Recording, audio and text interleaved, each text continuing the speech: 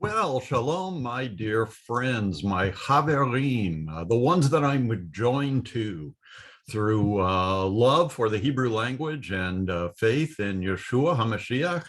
So welcome to this installment, this lesson in Hebrew school. I think this is the 25th one that I wanted to share with you. I warn you, I've just started coughing. So, like as soon as I went on Zoom here, I started coughing. So hopefully that won't be a distraction from our studies today. For the reading that we'll be doing today, we will be in the book of Genesis, chapter 10.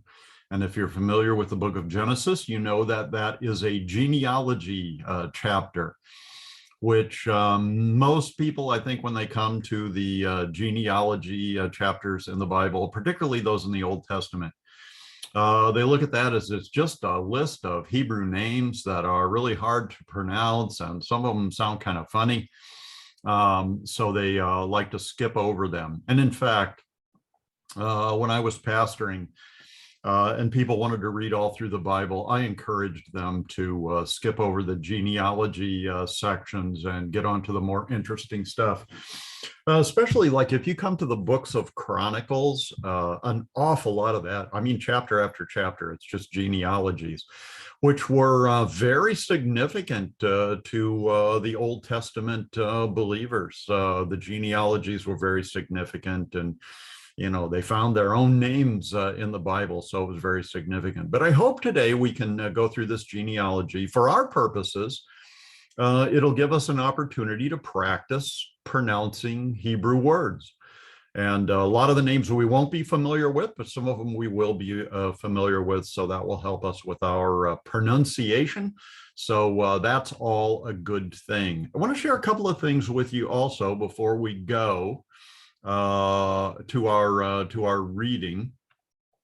And one is that I have been liking to share with you some of the devotional things that I use when I go before the Father in prayer. As I've shared with you before, I like to use some portions of the Siddur. The Siddur is the Jewish prayer book. Oh, that's been in existence for thousands of years. It's kind of really cool to be praying some of the same prayers that the saints of Bible times were praying. I also like to include prayers, traditional prayers, liturgical prayers from I'll call it a Christian perspective. And the Christian prayer books have come to us from mainly a Gentile perspective. The Siddurs that I have and that I use both English and Hebrew.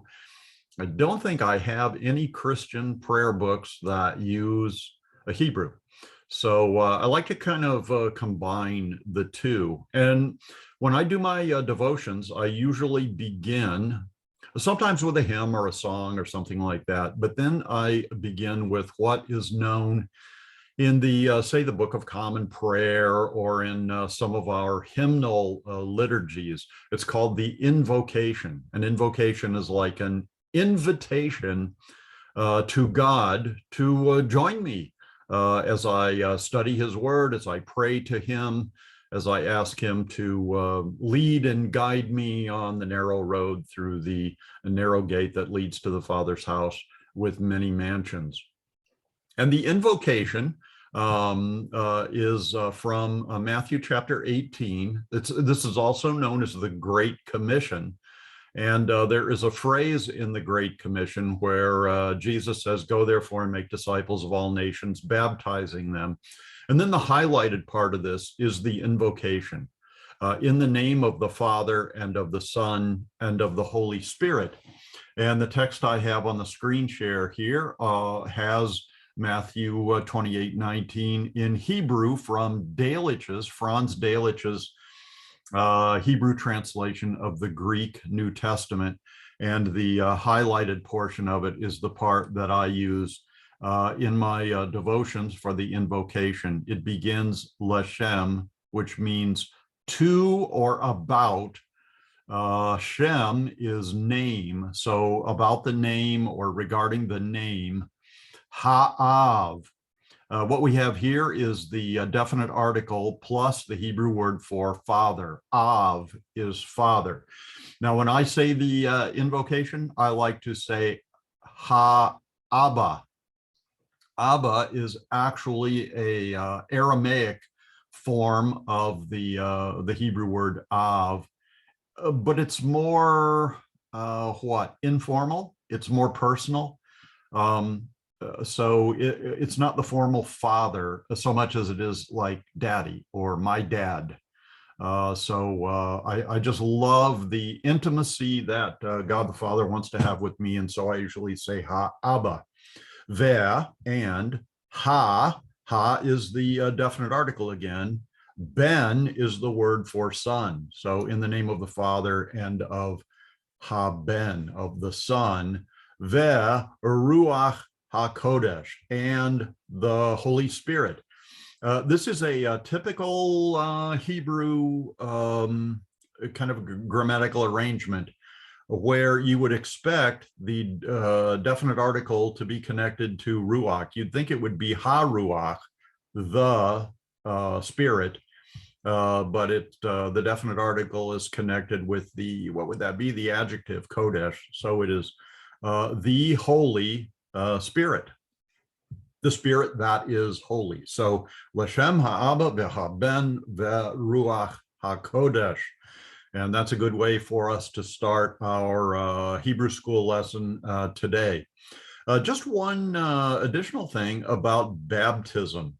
I think most people, regardless of what background you come from, whether you're Jewish or Gentile, or what branch of Christianity, what kind of denomination or tradition of Christianity, whether you are Catholic or Protestant, Calvinist, Armenian, whatever you are, even Messianic Jewish.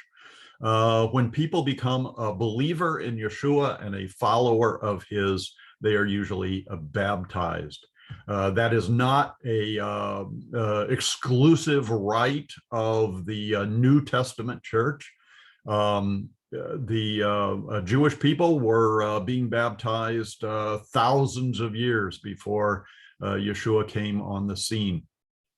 But in Romans chapter 6, verses 3 through 5, the Apostle Paul gives us some insight into the meaning of baptism, and I wanted to share that with you before we begin the readings.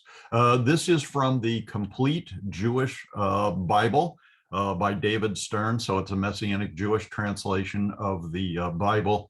Here, Paul writes, the Apostle Paul writes, "Don't you know that those of us who have been immersed," of course, most of the English translations use the word baptism or baptized, and we've talked about the reason that Messianic Jewish translations of the Bible sometimes use this word instead of baptism or baptized. So those of us who have been baptized or immersed into Mashiach Yeshua have been immersed or baptized into his death. Now, the significance here is that when we're baptized, we are being united or joined to Mashiach. The word I used before in the greeting, haverim, haver in Hebrew means to be joined to. When the Bible says, by his stripes, by Yeshua's stripes, we are healed. The word stripes is actually chaver in Hebrew. So Jesus was joined to the cross. He was attached to the cross. And when we are baptized, we are attached to him. So we are, when we've been baptized into Messiah Yeshua, we've been immersed or joined to him in his death. Through immersion or baptism into his death, we were buried with him. We're sinners, we deserve to die. Jesus died in our place. So when he died, we died with him. After his death on the cross, he was buried in the tomb of Joseph of Arimathea. He was only in there 3 days and 3 nights. But through baptism, we were there with him. We died to our sins. We were buried so that just as through the glory of the Father, Ha'aba, the Mashiach was raised from the dead, likewise we too might live a new life. So when we believe in Yeshua, we die with him, we're buried with him, but we are also raised with him to live a new life. And Yeshua, when he rose from the dead, he got a resurrection body. We will get one someday, and that's what verse 5 is talking about. For if we have been united with him in a death like his, we will also be united with him, or chever, joined to him, in a resurrection like his. So we don't yet have our resurrection bodies. We will get them when the time is right. When Yeshua gathers us to himself, hopefully, and I think confidently, before the Great Tribulation begins. That's the resurrection of the righteous. But in the meantime, we have received kind of a spiritual resurrection. We are born again when we believe in him. And that new life that could be described as a spiritual resurrection. So day by day, we can live a new life by our being joined to Yeshua in our baptism and being filled with the Holy Spirit, who is our enabler to live in a way that brings glory to God and just really opens us up to all the blessings of God. Okay, enough about baptism. I want to review for a little bit the biblical history, the segment of biblical history that we'll be talking about today. And it has to do with what dispensationalists call the age of human government, which begins after the flood of Noah's Ark. Here's Noah and his three sons, Ham, Shem, and Japheth. And of course, after the flood, those guys started having kids. And that's what we will be discussing today in the genealogy. Like a whole bunch of those kids, those descendants will be mentioned. And we will show on a map here in just a few minutes the territories that were occupied by each one of these sons. They kind of split up and went different directions after the flood and populated the regions where they were living. Now, one of the things that we learn as we study is that gradually these separated groups, kind of family groups, territorial groups, began to gravitate together, and ultimately they came together in Babylon. There was a prominent city there called Bavel, and because they all came together and they were all speaking a common language, they built the Tower of Babel, which was not pleasing to God. He didn't want them all living together in big cities, in massive population groups. And he didn't want them building a tower that they thought would, they could make it tall enough to, to reach to heaven and enter into God's presence by their own efforts. So God kind of sabotaged this whole thing. And the Tower of Babel was brought tumbling to the ground, and all the people were dispersed. So once again, we have the Hamitic people, or the descendants of Ham, the descendants of Shem, and the descendants of Japhet, separating and going their different ways. And we will see on the map that the Hamites occupied Africa and Arabia, including what has been called the land of Palestine. I don't like that name for it. But also the Semitic people went east into Babylon and Assyria. And then the Japhethites tended to go to Asia Minor, which is modern day Turkey, and continued westward into Europe. So we'll take a peek at a map here that depicts where the different family groups went. The Japhethites are pictured on the map here in the red territories. So they went north, and let's call this northeast.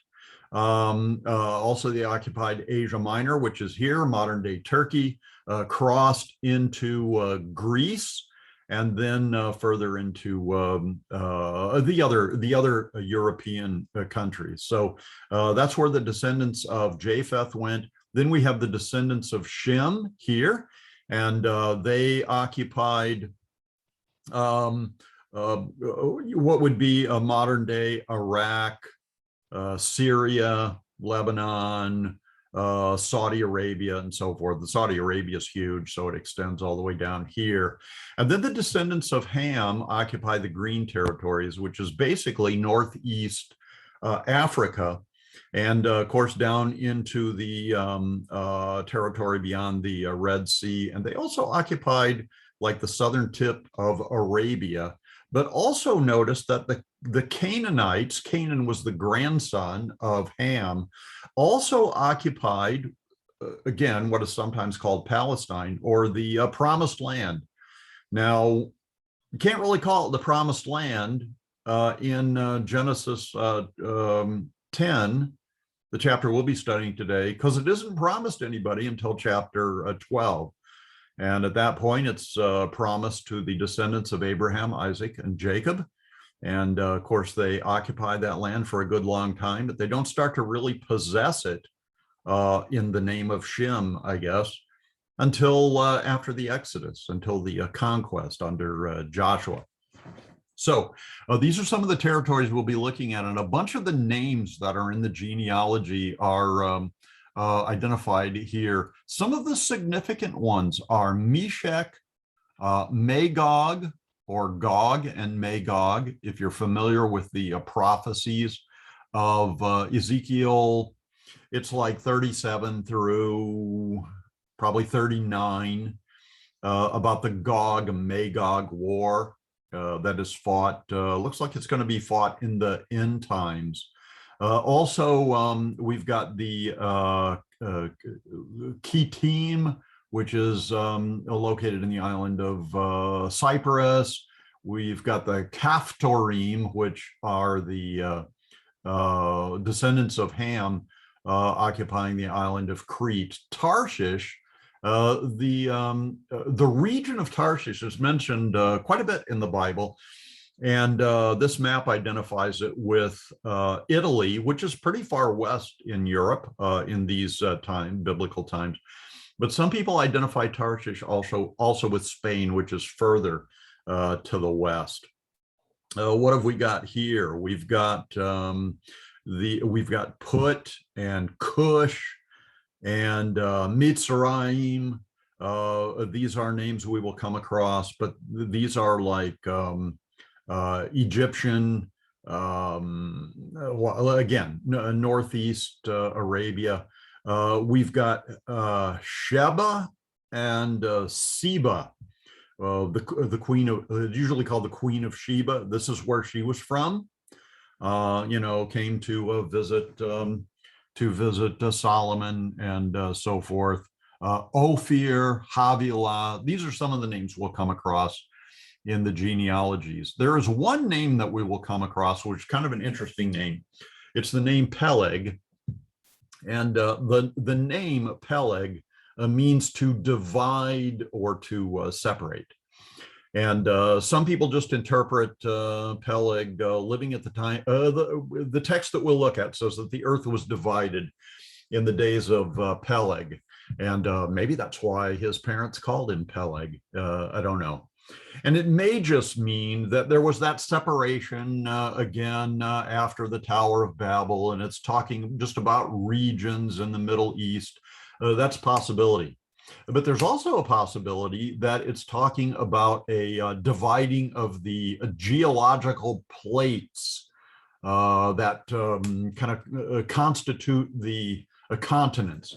Now, many people, I've got kind of a wimpy, crappy picture of the globe here, but I wanted one that showed the Atlantic Ocean, and then you've got, of course, Europe and Africa here. You got South America, North America here, and many people have noted that it looks like the west coast of Africa and Europe and the east coast of North and South America it looks like at one time they could have been joined.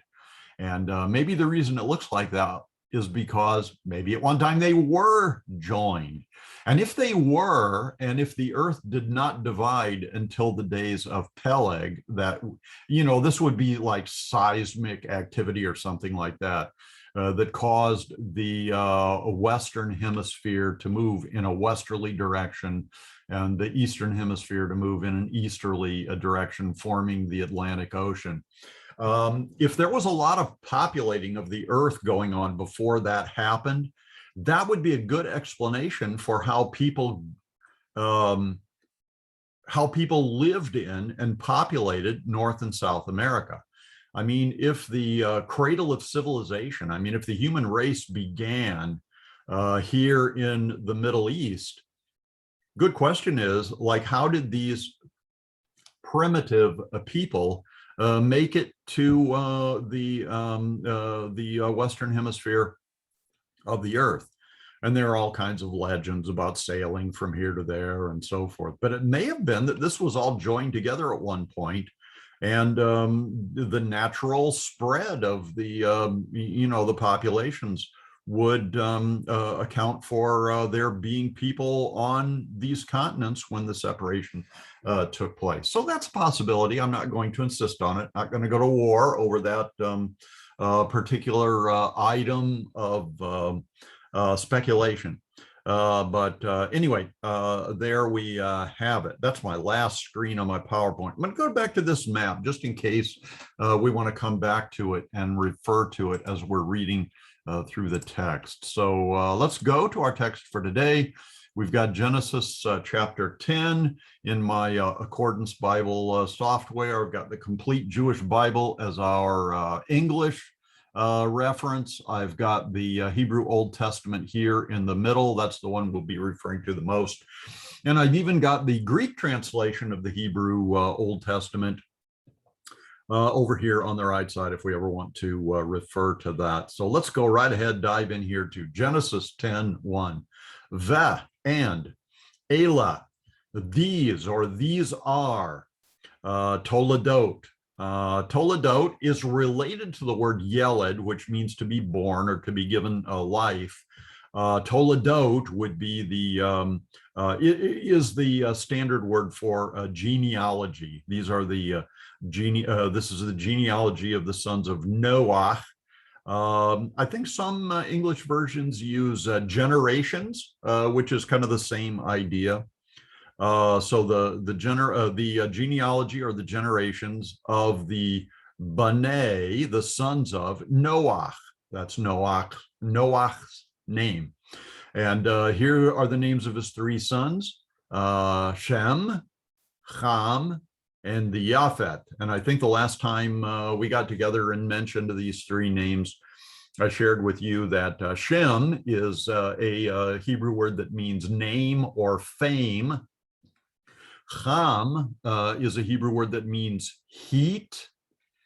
And Yafet is the Hebrew word for beautiful. So Noah named his three sons famous, hot, and beautiful. So who says Noah didn't have a sense of humor? Yivaladu, and this is a let's see, it's a Nephal verb. So that's a passive verb. So these guys, Shem, Ham, and Yafet, were born.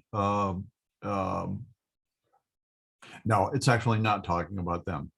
So Shem, Ham, and Japheth are just the names of Noah's sons. And then it said, like a plural group of people were born to lachem, to them, to these three guys. Banim, they were sons. And it's only the sons that are mentioned here. There are no daughters mentioned here.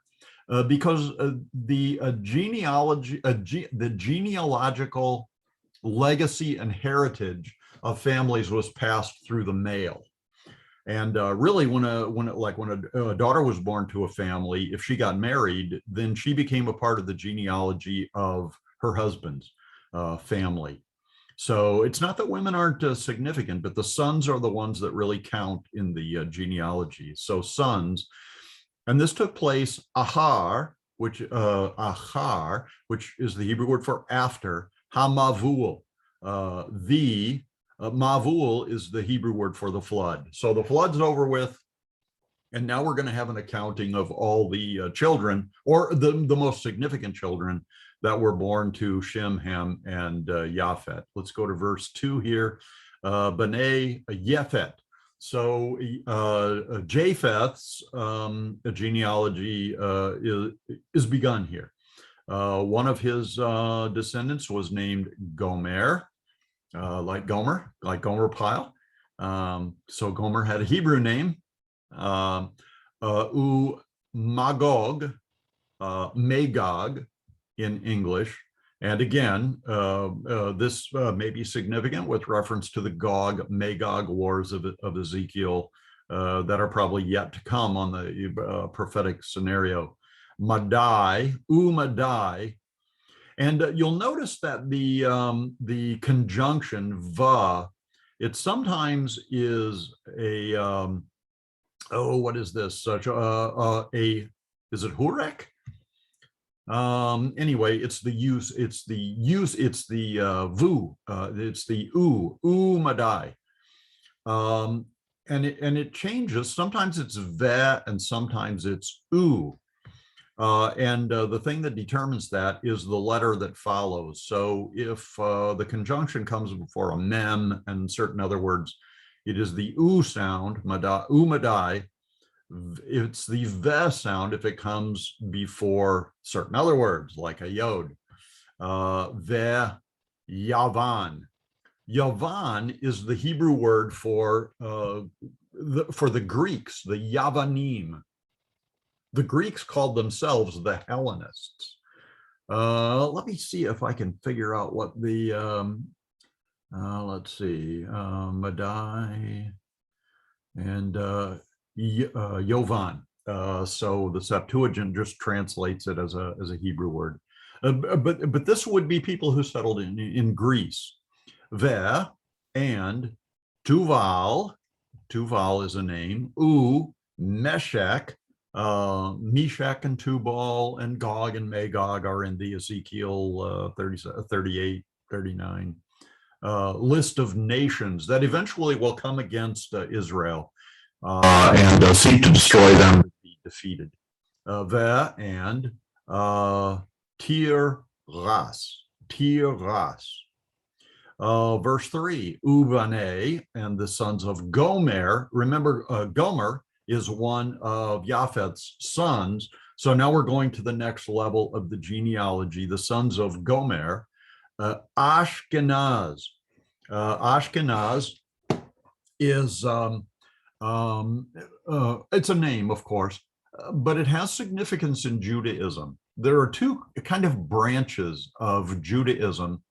They are called the Ashkenazi Jews and the Sephardic Jews. And the Ashkenazic Jews are basically the ones who came from Europe. And here's the name. Here's where that title or that name comes from, because one of the descendants of Japhet was Ashkenaz, and they settled in Europe. So that's where European Jews kind of got their heritage, is from this guy who's a descendant of Japhet.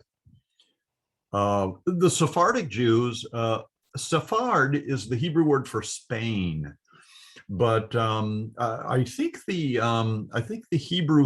the modern day Hebrew language as it's spoken in Israel is Sephardic rather than Ashkenazic. They're just like subtle variations of the Sephardic and Ashkenazic Jewish pronunciation of words.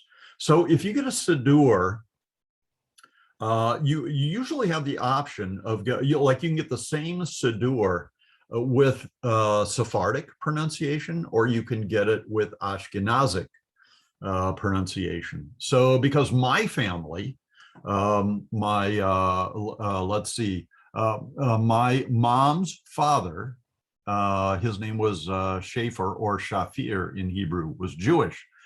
He married a Gentile Christian woman, but like my Jewish family he came from Germany, so like our family, whatever connection we have to Judaism, is Ashkenazic. Then we've got Ashkenaz. That's what we were talking about. Ve and Rifat. Rifat is another name. Togarma. Verse 4, Ubene, and the sons of Yavan. Remember, Yavan was in Gomer's, I think. No. Gomer was a brother to Yavan. Well, it doesn't matter. Anyway, we've got Yavan. So the sons of Yavan, Elisha, which is also the name of the prophet Elijah. Tarshish. We talked about Tarshish as being either a reference to Italians or Spaniards. Kittim. Let's see, Kittim. I think we put that on the island of Cyprus. The Dodanim. We'll pull verse 5 up here to the top. Me'ela, from these, Nifradu. Parad in Hebrew means to divide or separate.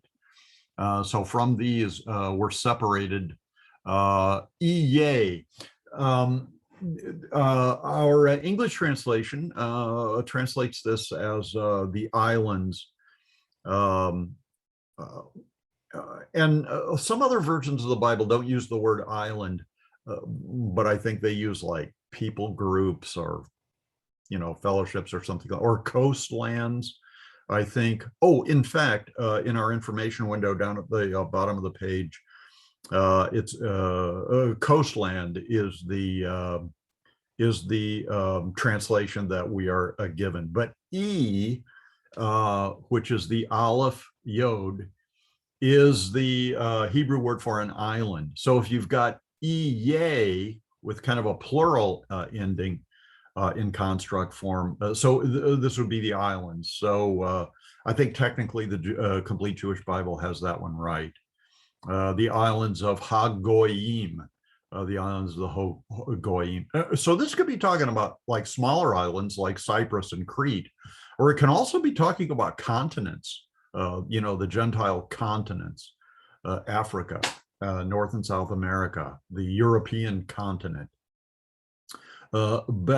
In Artzotam, in their lands. Eretz is the Hebrew word for lands.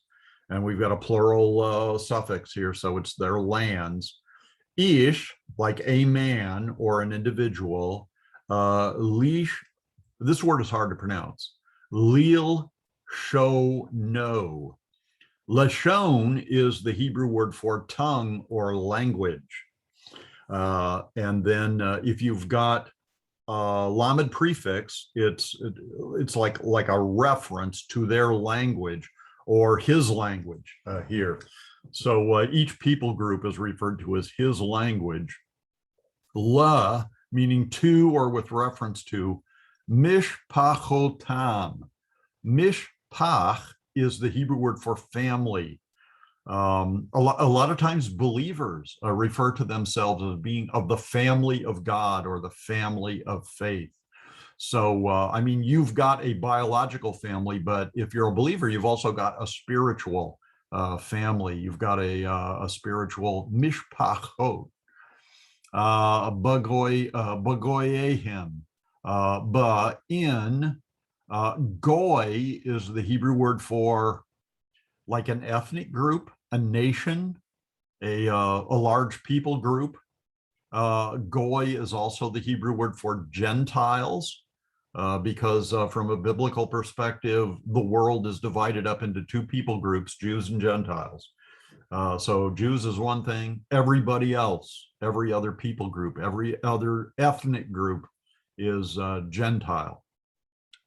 Verse 6, Ubene, and the sons of Ham. Now, so we've been talking about Japheth's genealogy. Now we're going to Ham's genealogy. And these names are all going to be associated with Northeast Africa in the region of Egypt, Mitzrayim, modern day Egypt. So the sons of Ham were Cush. Cush is the Hebrew word that the Bible uses for Ethiopians. I think even in the New Testament, like the Ethiopian eunuch of Acts chapter 8, I believe is referred to as like a Cushite, and I think even in the Greek New Testament. So let's see, the Greek is for this. That's just Cush. So again, the Septuagint just uses the Hebrew word. But this is Ethiopia, which is what? South of Egypt. Mitzrayim. Mitzrayim is the Hebrew word for Egypt. So I'm not sure what the, I'm tempted to just kind of guess at the meaning of that, but I'm not going to do it. I'm going to pass. Mitzrayim is the Hebrew word for Egypt. Put and put. Canaan.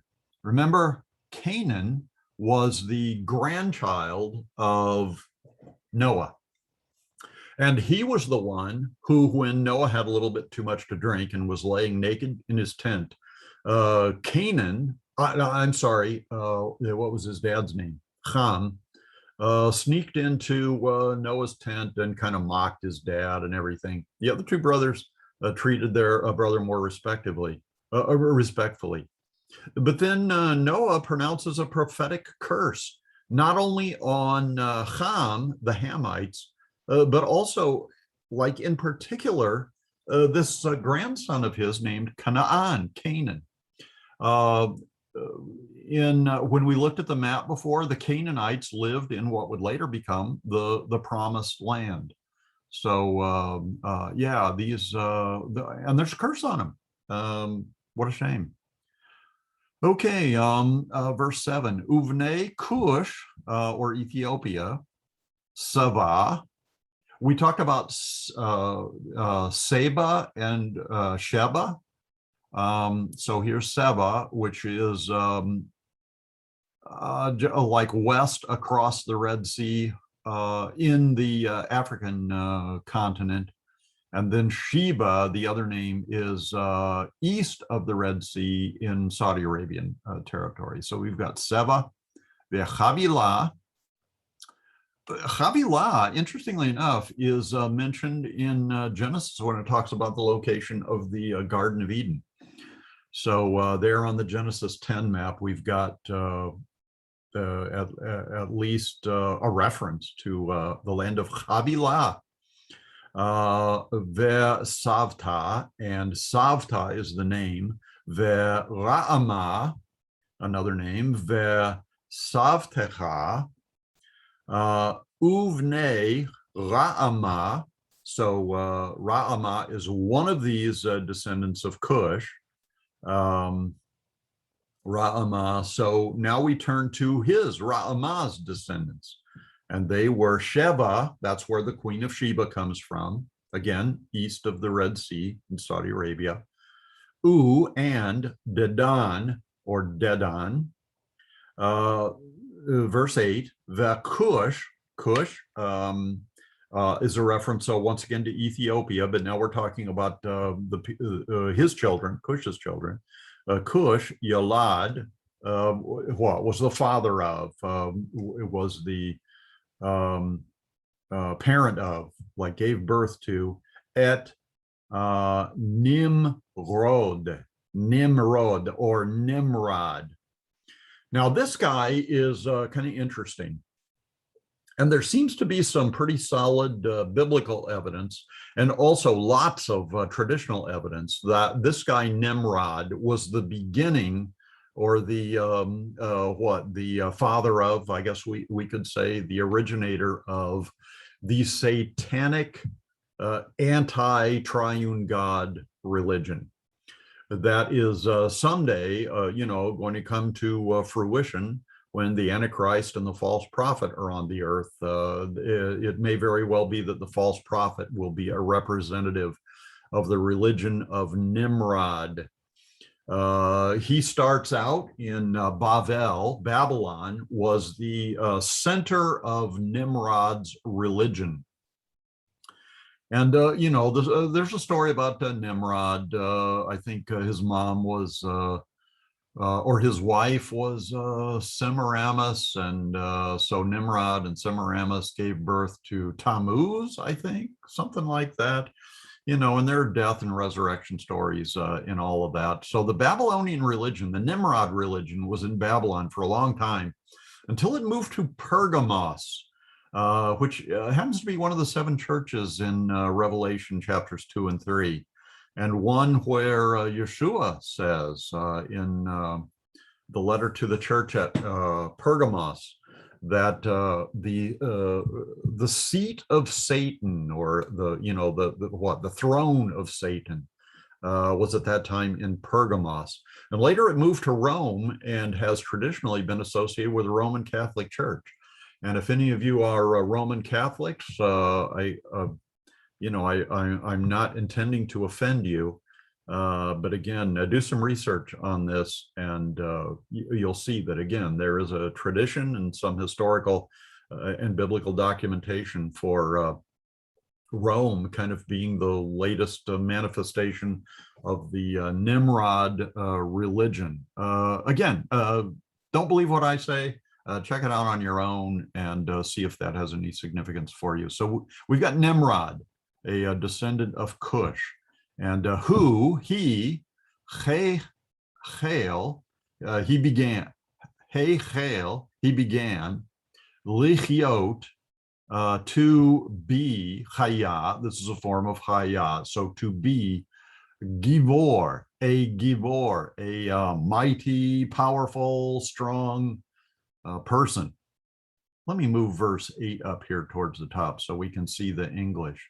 So Cush fathered Nimrod, who was the first powerful ruler on earth. So he was a Nimrod. He was a Givor Ba'aretz.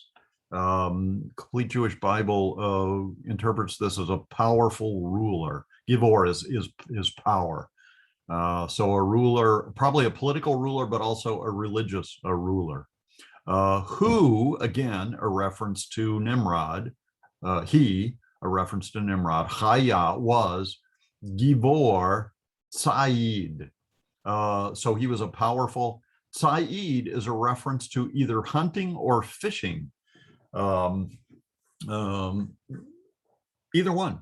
What? A person who gathers wild game for food, certainly, but sometimes like a trophy hunter, a person who goes on safari and just kills animals and stuffs them or whatever.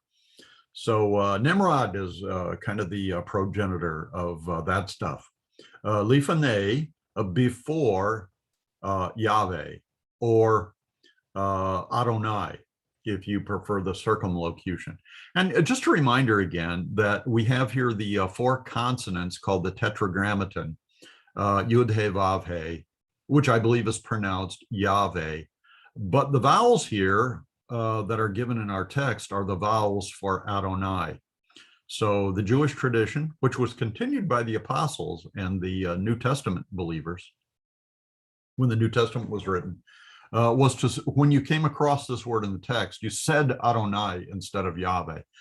And that was a kind of a preventative measure to avoid taking the sacred name of God, Yahweh, in vain, and maybe suffering the consequences that would go along with that. Al-Chen, which means kind of therefore. On account of this, Ye Amar, it was said, because of this, it was said, Ka Nimrod, Ka is like Nimrod, Givor, very powerful, Said, hunter or fisherman, Lifane, Adonai, for Yahweh. Okay, verse 10. V'tehi, and it was, Reshit, the first, Mamlakto, the first of his kingdoms. So I would say this is the first of the kingdoms that that Nimrod got started. It was the progenitor, the author of, the starter of various kingdoms, and some of those kingdoms are going to be mentioned here. Yeah, I think it's interesting that when Satan tempted Yeshua in the wilderness, Matthew 4, Luke 4, I think it's John 1, maybe, I'm not sure where it is in Mark's gospel, the temptation stories. One of the things that Satan offers Yeshua is the kingdoms of this world. These would be Nimrod's kingdoms. These would be the political kingdoms of fallen earth, because he said they're his to give to who he wants. But the condition was that Yeshua had to bow down and worship Satan. And of course, Yeshua refused to do that. Ultimately, eventually, according to God's plan, Yeshua is going to be the ruler of all these kingdoms. But here's where they got their start. By Nimrod. Well, Bavel, or Babylon, was one of them. And Erech is another one. Akkad is another one. I think there's an Akkadian people that maybe are still around today. Kalne, or Kalna, is another one. Ba in Eretz, in the land of Shinar. Even our English Bibles talk about the land of Shinar, or the plain of Shinar, which is where after the flood, the people gravitated towards it. And that's where the Tower of Babel was located, the plain of Shinar. Verse 11. Min haaretz, from the land. He is the pronoun she, so Eretz is feminine, so the pronoun is she, or it, in a feminine sense. So this land, from this land, the plain of Shinar, Yatza, went out. Ashur, there is there's an empire called the Assyrian Empire, and the way you say that in Hebrew is the Ashurim. So Ashur, Yeven, Va'et, direct object indicator, Nineveh. So Nineveh is the capital of the Assyrian Empire. It's the city where God commanded Jonah to go and preach the gospel. And of course, he ran away from that, got swallowed by a great fish. And then when he survived, he changed his mind, went to Nineveh, preached the gospel, and just about everybody in Nineveh got saved. Va'et, and the direct object indicator, Rehovot. That's a city, a year. Va'et Kala, not Kalna, but Kala. Va'et, and direct object indicator, Resen, which is, the city of Resen is Bain, between Nineveh on the one hand, Uvain, and between Kalna on the other. And that's the way you say between. You don't say between only once. Like in English, you say between Nineveh and Kelach. But in Hebrew, you say Bain Nineveh Ubain, or Vain Kalach. He, which was, this is she again, so this it's a reference to the city, Hayir, this Hayir, this city, Hagdolah. So if this is talking about Nineveh, one of the things that we learn about Nineveh when Jonah did go there and preach the gospel was that it took him 3 days to go through the city and preach to everybody that was available to preach to. So that's a pretty big city. It's a pretty big city, even in ancient biblical times.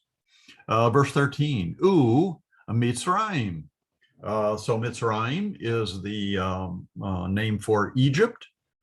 Yalad, Mitzrayim, was the father of or gave birth to Et Ludim, the Ludims. And I remember seeing that on the map there in Northeast Africa. Va'et, and a direct object indicator, Alamim, the Alamim. Va'et Lechavim, Va'et Naftuchim, the Naftuchim. Verse 14, Va'et Patrusim, the Patrusim. Va'et Kasluchim, the Kasluchim. Asher, the Kasluchim, which Yatsa'u, they came forth. Yatsa is to go out. So out of Kasluchim, out of the Kasluchim went forth Misham, from there, Palishtim, the Philistines. So the Philistines were from the Caphtorim. And I think on our map, maybe the Caphtorim are located, I think they're put either on the island of Cyprus or the island of Crete. So these are a seafaring people. And of course, the Palishtim are the Philistines that the Israelites fought against in the days of Samson and in the days of David. David was the one that eventually completely wiped out the Philistines. Now, the Palishtim, the name of this people group is interesting. Like I say, after the days of David, the Palishtim ceased to exist, at least in the Promised Land, because David wiped them all out. Now let's leap far ahead, about 1,000 years into the future, in the days of Yeshua and thereafter the Apostolic Church. In 70 AD, the Romans came and laid siege to the city of Jerusalem and destroyed it, and really plowed the country under. It just desolated it. And so as an insult to the Israelites, to the Hebrews, the Jews that they had just conquered, the Romans changed the name of their country from Israel to Palestine. Palestine actually is an English word that is a reference back to the Palishtim. So why did the Romans do that? It was an insult. It was a kind of bold proclamation of their victory over these people.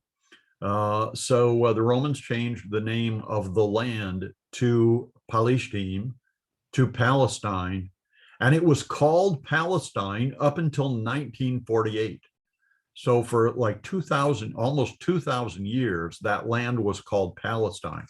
Now, when we were looking at the Bible chart before, I said I don't like calling it by that name. And the reason I don't like that is because there was never a nation in that territory, in the Promised Land Israel territory. There was never a nation called Palestine. The land was called Palestine. But after the Jewish people were conquered by the Romans and dispersed, that land was it was occupied by lots of people groups, Arabians, Egyptians, Syrians. It was later populated by the Turks. It was later populated by the British. Until in 1948, it was occupied by Jewish people, and they claimed it with United Nations support as the ancient land of Israel. They claimed it by divine right.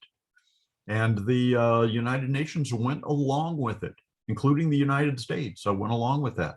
President Truman voted in favor of a homeland for the Jewish people. So there was never a country there called Palestine. And basically, until the Jewish people started doing Aliyah, going back to their homeland in the Zionist movement, the land was barren and desolate. Mark Twain famously visited the land of what was then called Palestine back in the 1800s, whenever Mark Twain lived.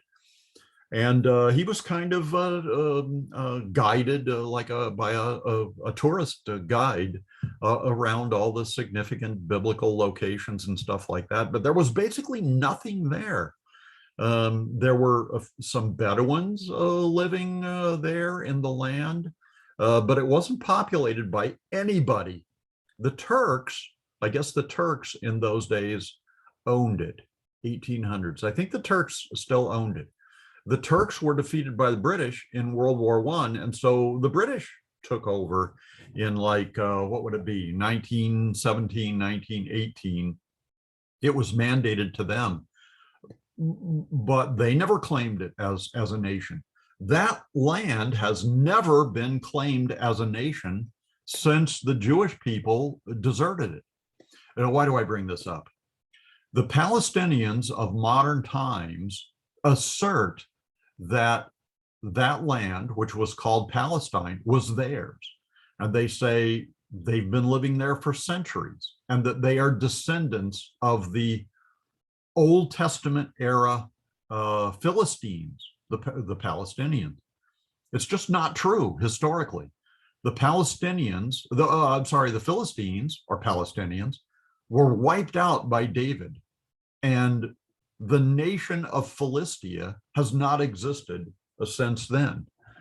Yasser Arafat was the chairman of the PLO, the Palestinian Liberation Organization, which was a terrorist group. And Arafat was an Egyptian. He was not a Palestinian. He was an Egyptian. So, the myth about Palestinians living in a nation that they claimed was their own in that territory since ancient times is just not true.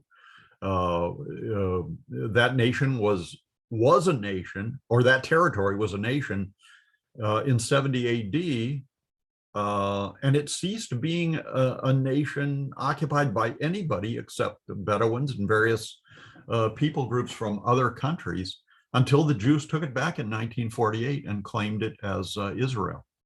So anyway, here we've got the name Palestine, and it plays prominently in biblical history, Va'et and the Kaftorim,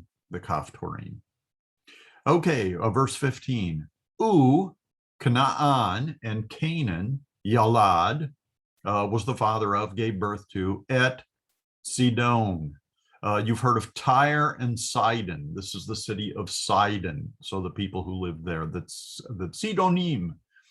Bakoro, his firstborn, Va'et Chet.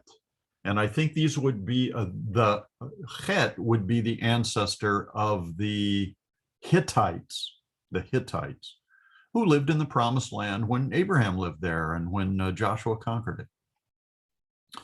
Verse 16, Va'et Yebusi, the Jebusites, I think, let's see what does the Yebusi, it's just, it's spelled out in English letters, the Hebrew pronunciation. Other English translations call this the Jebusites. Our Greek is Jebusion. Anyway, the Jebusites are the people who settled what later became Jerusalem. It used to be called Yebus, home of the Jebusites. It was also called Salem at the time of Melchizedek, who lived during the days of Abraham. So when it was conquered by David, it was called Jerusalem. So the Yebusi are the people who populated Jerusalem before it became Jerusalem. Va'et and Ha-Emori, the Amorites. The Amorites were a very powerful group during the days of the conquest under Joshua's leadership. Va'et Ha-Girgashi. Now, I'm not sure about if there's a connection here, but I know that when Jesus crossed over the Sea of Galilee to the like the east side of the lake into Gentile territory, Girgesa is one of the places that he went, and I think that is related to this. So these people may have been those who kind of lived around the east side of the Sea of Galilee. Va'et ha-Chivi, the Chivi are the Hivites, not the Hittites, but the Hivites. Va'et ha-Arki, the Arkites. Va'et ha-Sini, the Sinites? I don't know. Verse 18, Va'et ha-Arvadi, the Arvadi. Va'et ha-Samari. Va'et, I don't think there's any relationship here to Samaria. That comes from a later time. Va'et Hamati, ha-Hamati. Va'ahar, and let's see here, afterwards, Nafots, let's see, Futs in Hebrew means to scatter abroad. It can mean overflow, but dispersed or scatter is applicable here. Mish Pacho, from their scattered from their families, Ha-Kanaani. So what's it saying? The Canaanites were dispersed. Verse 19, Vayahi, and it was, Gavul, the what this would be like the border or the boundary, and so the boundary of the Ha-Kanaani of the Canaanites, Mitzidon. So their boundary starts up at Sidon in modern day Lebanon, so on the sea coast of the Mediterranean Sea. Ba'aka, Beit Aleph is the Hebrew verb for come. So it starts at Sidon, as you come. This suffix ending is a second person. Is it feminine? No, it's masculine. Garar is a famous city in Old Testament stories. It's in Philistine territory. It is a place where Abraham visited with Sarah, and that's a long story. Until Atzah. Atzah is the Hebrew way of saying Gaza. So we're talking about the Gaza Strip. So we have come from Sidon on the Mediterranean coast, and we've come south through Gerar and into Gaza. Gaza, like you've heard of the Gaza Strip today, it's land that the Israelites evacuated back in the early 2000s, maybe 2006 or something like that. All the Jewish people moved out of the Gaza Strip and turned it over to the Palestinians. And it has become a hellhole, if you don't mind my saying so. Everybody who lives there is just in misery because it's a terrorist base of operations. And interestingly enough, the prime minister of Israel at the time that Gaza was evacuated was Ariel Sharon. And almost immediately after he gave that order for that to happen, he had a stroke. And he was in a coma for years and years. He may still be alive. I think he's passed away. But giving away God's promised land to her enemies does not make God happy. I'm not saying that's what happened, but I wouldn't be surprised if there's a connection. So where are we? Boacha, as you go, Tzadoma. Tzadoma is Sodom, over on the southern end of the Dead Sea. So we've gone down like the west coast of this territory, and now we're moving eastward over to the Dead Sea, the southern end, where Sodom used to be. The Amorah, that's Gomorrah, the sister city of Sodom. The Admah, I don't know where Admah is. Utzvoim, don't know where that is either. Ad Lasha, and I don't know where Lesha is either. But those are boundary cities. Those are kind of, significant markers in the boundaries. Ba'ela, these are B'nai, the sons of Ham. Lemishpachotam, according to their families. La Lashono, this is so hard to pronounce. Lil Shonotam, according to their languages or their tongues. Ba in Artsotam, in their lands. Ba Goyehim, in their nations or their ethnic groups. And of course, there's always a language associated with an ethnic group.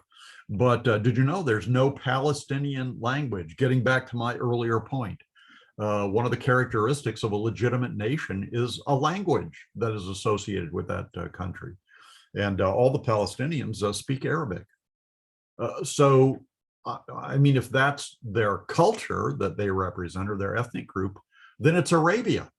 It's not the promised land. Okay. Let's see, verse 21. Ula Shem. Now we're into the family of Shem, the Shemites or the Semites. You've heard the word anti-Semitism. It means to be in opposition to or hostile to Semites or Shemites, the descendants of Shem, which includes the Jewish people, but also other Middle Eastern people, the ones that are listed here. So to Shem, Yulad, were born, Gam, who, even he, Avi, who was the father of, Kol, all, like A-L-L, all, every, B'nai, Ever. He was the father of all the sons of Ever. Ever is a guy's name. E-V-E-R. I think in other English Bibles it's spelled E-B-E-R. And this is the root word for the Hebrew language and the Hebrew culture. Now remember, after the Tower of Babel, the people groups all split up. And these descendants of Shem were the ones who retained or maintained the Hebrew language. The other groups started speaking other languages like Chaldean, Babylonian. They spoke the Assyrian language, the Aramaic language, the Egyptian language. I'm not sure what that was, the Arabic language, all these different languages. But the descendants of Shem maintained the Hebrew language. And one of the descendants of Shem was Ever, and his name is like a reference to the Hebrew culture and language. So that's an indication that this branch of the family tree retained the Hebrew language and Hebrew culture. And Ever, no, let me not say it that way. It says all the sons of, or the descendants of Ever, Ahi Yefet, the brother of Yefet, Hagadol. Now, this sentence can be interpreted in a couple of different ways. The Ahi Hagadol, the oldest brother, or the oldest brother, could be a reference to Shem. And it's just saying that that Shem was the older brother of Japhet. Or it could be saying that Japhet was the oldest brother. So there is some disagreement, some debate about the birth order of Noah's sons. And the birth order that's usually given in, or the order that these names are given in the Bible, are almost always Shem, Ham, and Japheth. And it may be that this verse is saying that Shem was the oldest. And in that case, he was listed first. But the problem with that is Ham is said in the Bible to be the youngest. So it's either Japhet or Shem that are that is that's the oldest. But because Ham is not listed last, it's hard to tell who the oldest brother was. If this is saying that Japhet was the oldest brother, then Shem is mentioned first in the list because he was the most significant. If Japhet is the oldest brother, then he's not listed first because Shem is more important. But if we go by order of importance, you would expect Ham to be listed last, and he almost never is. So I hope that was confusing enough. It's just hard to tell what the birth order was, although the Bible makes it clear that Ham was the youngest. Okay, enough of that. Verse 22, B'nai Shem, the sons of Shem, Elim. That's guy's name. Elam here, or Elim. What did I say? Elim? Elam. Ve'ashur. Ashur is a descendant of Shem, but that would be the Assyrian people who spoke the Assyrian language. Then we've got Arpachshad and Lud. Lud is another person's name. Va Aram. Aram is the Hebrew word for Syria, for the region of Syria. And the language that they spoke in Syria was Aramaic, or the Aramic language. So like Babylonian people from the Far East, like Ur of the Chaldees, spoke the Chaldean language, or the Babylonian language.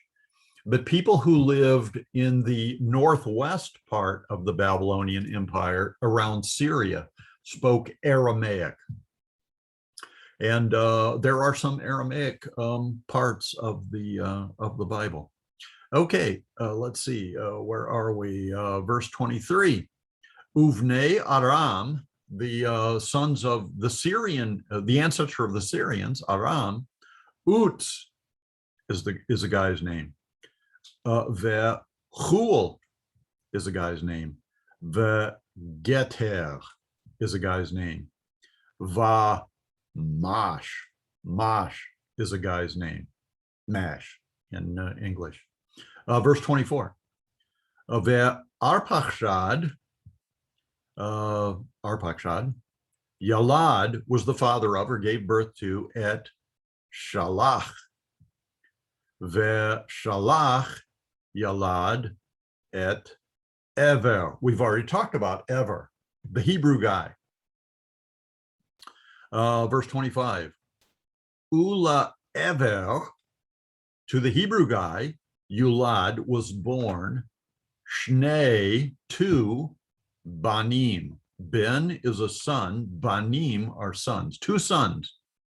Shem, the name of Ha'echad, the name of the first or the oldest, was Peleg. And Peleg means to divide or to separate. And we talked about Peleg at the very beginning of this, when I showed you the globe and the separation of the continents, perhaps. So this is the Peleg that we were talking about then. And it may not be a reference to like global separation like that. It may be talking about just the separation of families into different regions and territories. But I think it's talking about the continental divide. I know continental divide means something else, but that's how I'm using it. Ki, which is a because, or that, or when, vayamav. So he was called Peleg because in his day, Yam is day, or Yom is day. So in his day, Niflaga was divided, Haaretz. Niflaga, Peleg. There, you can see Peleg's name in the three-letter root here, and it just means to divide. Now, it says the earth was divided, Haaretz, but we've already established that the word Aretz, it can be a reference to the whole planet, or it can be a reference to just the dry ground parts of the planet, excluding the seas, or it can be talking about like a territory, like the Promised Land, or some other, regional territory or something like that. Or it can just be talking about the dirt that's on the surface of the planet. So if I'm correct about the continental divide, then I know means something else. Then this would be a reference to the whole planet, to the dividing of the geological plates of the Earth's crust. Vashem, and the name Achiv of his brother was Yochtan. And I don't have any interesting stories to tell you about Yochtan.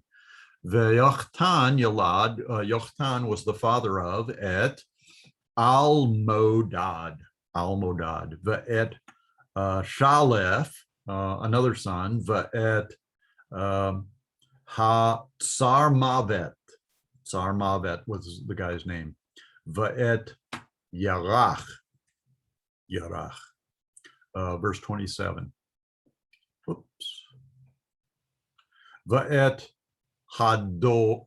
Hadoram, Ve'et Uzal, Ve'et Dikla, Ve'et Yoval, Ve'et Avimael, Ve'et Sheva. Remember, we talked about Sheba in the southern tip of the Arabian Peninsula. Ve'et Ofer, Ve'et Havilah. Again, Havilah is mentioned here. Havilah is mentioned in the Garden of Eden story. Va'et Yovav. Kol Elah, all of these, Banei, were sons of Yochtan. Verse 30. Vayehi, and it was Moshavam. Let's see. Moshavam comes from Yashav, which means to live or dwell in. It can also mean to be seated. So I'm going to call this their dwelling places. So it was their dwelling places. Mi Mesha. So from Mesha, which is a location, Boacha, as you go, Safra, to Safer. Har HaKedem. Kedem is the Hebrew word for east. So this is a mountain in the east. So, it's talking about a territory here. But because I don't know where any of these places are, it's kind of hard to pin it down. Verse 31. Elah, these are B'nai Shem, the sons of Shem.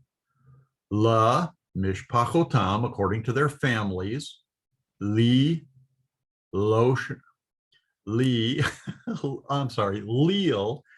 Shonotam, according to their languages.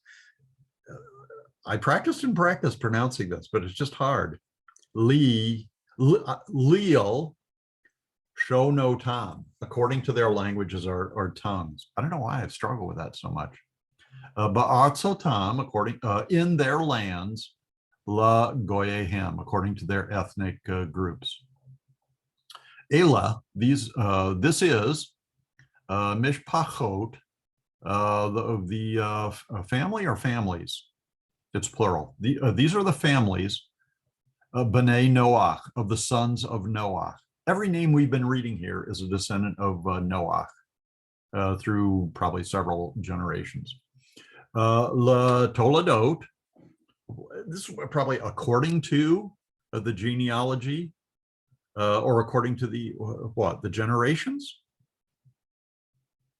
Goyehem, in their ethnic groups, in their nations, and we pointed out some of the nations there, prominent cities and things like that, but their regions and the nations, and like all the cultural groups that kind of sprang up in all these widely dispersed areas. May, from Elah, from these, Nif, Radu, Parad, again means to separate or divide. It's similar to Peleg, but both Peleg and Parad are two very common words in Hebrew to mean division or separation. Hagoyim, separation of the goyim, the nations, the ethnic groups. Ba'aretz, in the earth. Yeah, of the earth.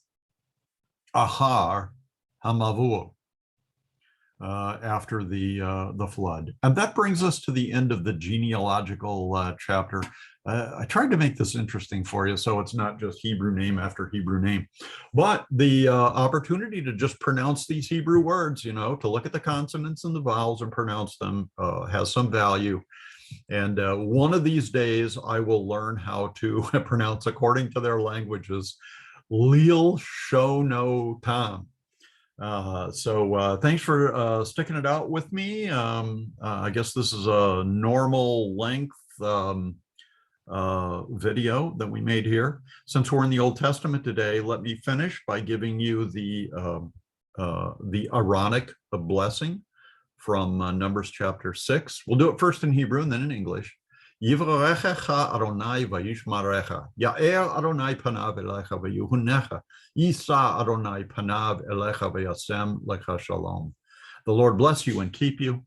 The Lord make his face shine upon you and be gracious to you. The Lord lift up his countenance on you and give you peace. Shalom, dear friends. Hope to see you next time.